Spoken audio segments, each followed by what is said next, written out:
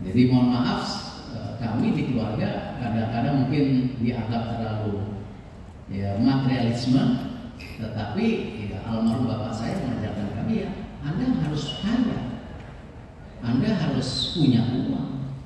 Dengan Anda itu Anda bisa membantu. Nah sama di sini waktu itu pemikirannya memang bagaimana BUMN ini harus disehatkan, harus dibersihkan dari korupsi. Karena itu kalau kita lihat dari 114 BUMN menjadi 47, yang untungnya dulu hanya 13 triliun, setelah 47 itu untungnya 327 triliun.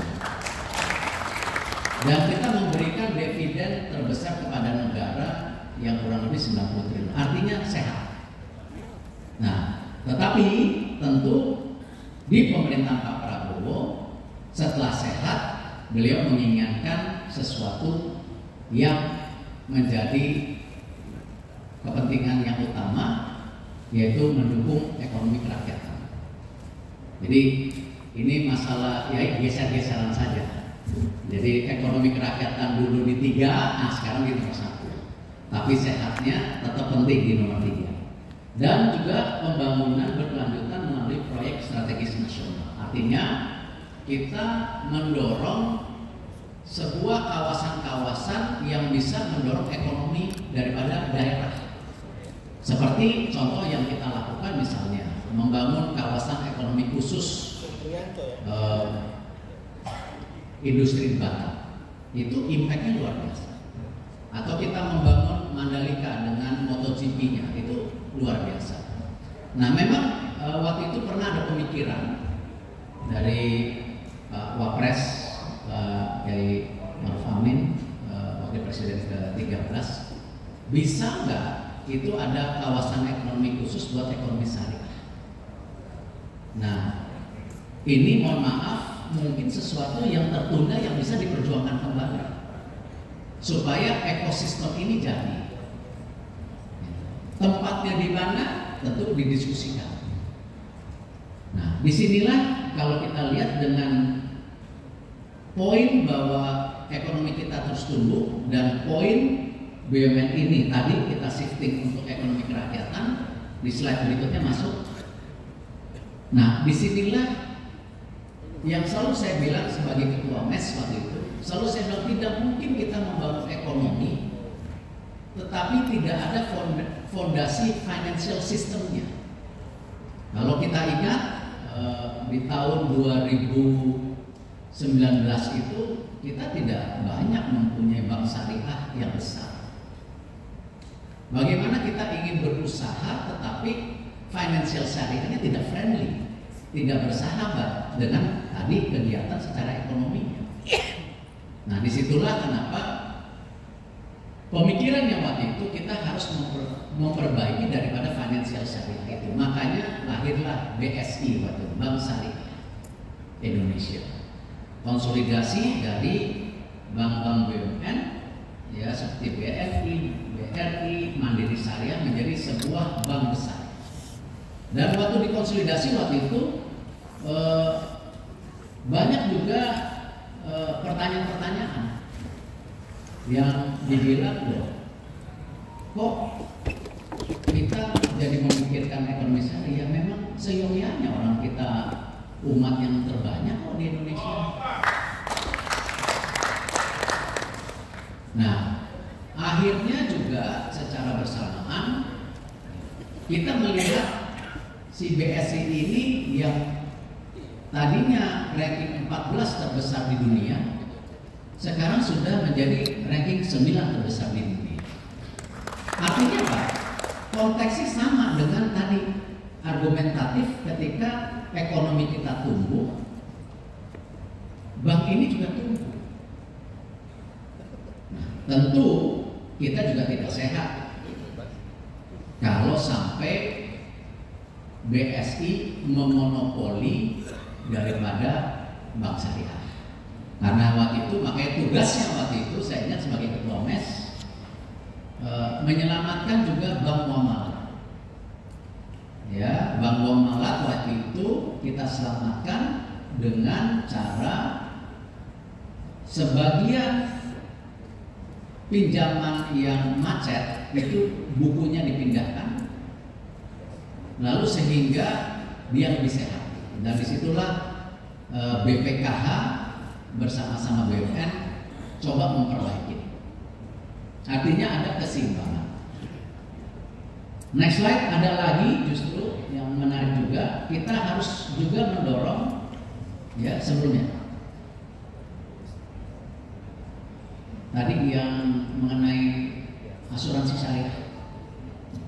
Nah, dan juga kembali asuransi syariah juga harus kita dorong. Karena ini bagian mekanisme untuk mendorong ekosistem financial syariah. Nah, disinilah kita juga BUMN mendorong terjadinya asuransi syariah. Nah, ini sebuah ekosistem yang saya rasa sudah mulai terbentuk dan harus dipertahankan dan harus ditingkatkan.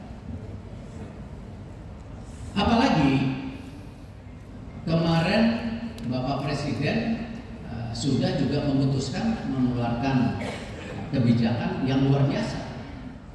Penghapusan hutang untuk UMKM. Itu nanti kebetulan tadi saya ketemu dengan Menteri UMKM untuk kita mulai menjabarkan detail implementasinya. Jangan sampai kebijakan yang bagus ini nanti ada sebuah kegiatan negatif yang akhirnya ini tidak jalan. Contoh misalnya, ketika kita menghapuskan buku untuk UMKM yang nawaitu dan niatnya baik, itu 1 juta UMKM, lalu kita bank-bank himbara terkena kerugian negara karena tidak ada payung hukum yang jelas.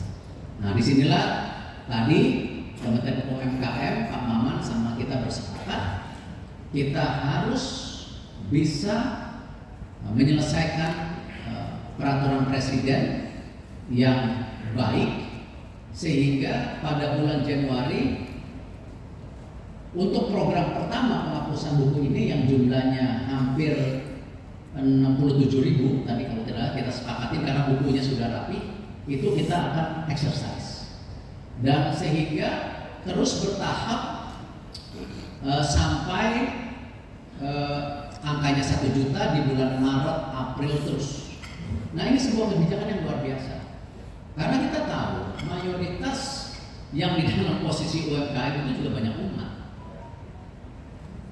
Nah, ini yang saya rasa sebuah program yang baik dari beliau yang harus juga kita dukung. Bahkan kami juga tadi hasil meeting dengan Pak Maman tidak hanya UMKM, kita coba pelajari juga mengenai isu kredit yang macet di peternakan, di pertanian.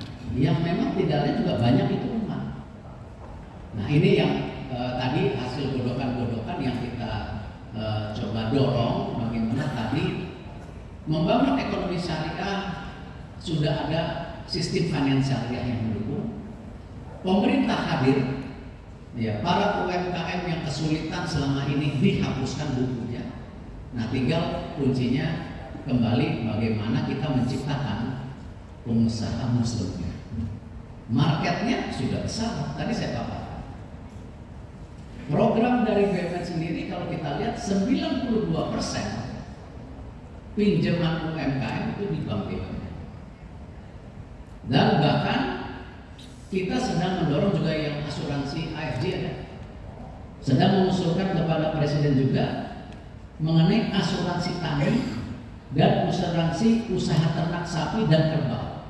Ini berlanjut setelah kalau nanti program yang penghapusan buku itu terjadi.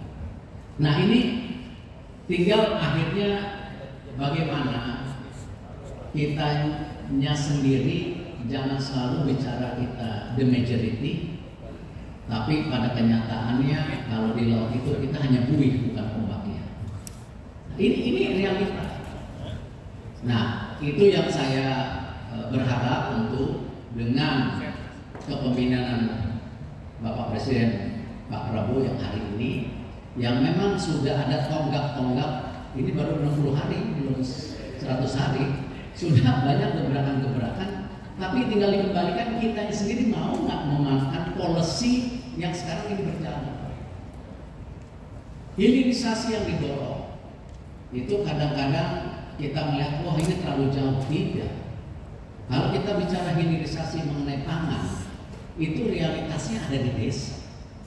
Ketika bicara makan siang gratis, itu ekosistemnya di desa. Kenapa? Tidak mungkin dengan kepulauan kita yang jumlahnya 17.000 ini harus selalu bahan pangan dikirim dari pulau yang satu ke pulau yang lain. Itu akan terjadi ekosistem ini.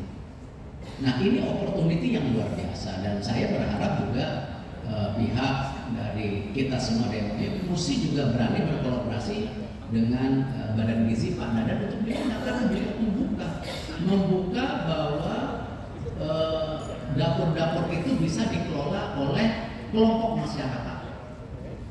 Artinya apa? Bukan didominasi oleh anggaran negara, tetapi melibatkan juga kelompok masyarakat. Nah, ini sebuah circular ekonomi yang saya rasa menjadi hal yang sangat penting kita bisa antisipasi. Dan insya Allah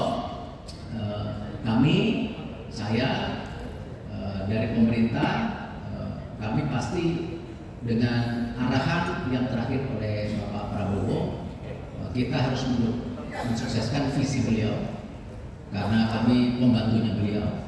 Tetapi bagaimana ekosistem ini kita harus rajut, dan kesempatan ini masih ada, dan insya Allah kita sama-sama coba maksimalkan. Mungkin itu sementara sebelum tanya jawab. Wassalamualaikum warahmatullahi wabarakatuh. Luar biasa, terima kasih.